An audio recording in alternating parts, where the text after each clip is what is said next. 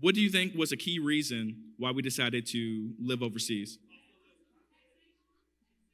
Yeah, taxation. Yeah, cost of living. Yeah, because cost of living was great. I was living like a king in Medellin, Colombia, in perfect weather. Yeah, yeah. When I came back, we moved back to be closer to family. When I came back, I put a post on my Facebook page. I said, I miss living like a rich Colombian. This middle class ish is for the birds. But that wasn't the key reason why. But the key reason why was because we wanted our children to have dual citizenship. Yeah. So Colombia has a rule where if both children, or excuse me, if both parents are there legally, you can have a child in Colombia and they get full citizenship. And then by extension, since we are now parents of a full Colombian citizen, we get long-term residency that we apply to every 5 years.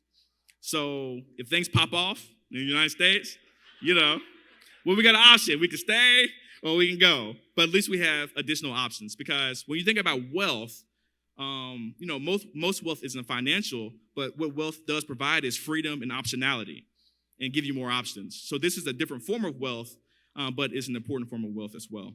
And the last area is disaster prep. So, how are you going about, and this is the perfect audience for that because we had, the Black Survivalism panel yesterday, and then we have something about how to grow your own food today. So, we think about all those different types of things as well. Gun ownership, Maj Toure was here as well. So we have all those different types of things in terms of, protection and disaster prep that, we need to, even swimming, right? Just that type of stuff. How many Black people can't swim, So I know me, I know how to swim, but one of my biggest fears is, I have a 3-year-old daughter who's an internet sensation. Some of y'all probably have seen her pictures, floating around the internet. And then our son, who's like 9 months old. I am afraid that if they were near a pool, I couldn't go in and save them. I could save myself swimming, but could I save my children if something, really were to happen, that drastic? And I don't know if I could. So that's why, this year with this plan is, taking those steps to, learn how to shoot better and learn how to swim and those types of things because, no one knows when, disaster, will come into place. All right. So let's go to the next slide, please. So this is the third piece, which is sustain. So sustaining is how do you go about making day-to-day life pleasurable and fulfilling? And this is an a normal triangle, which you've seen. And it's because there's the base level and it moves up in order of priority to live a happier and more fulfilling life in terms of making your day-to-day life pleasurable and fulfilling.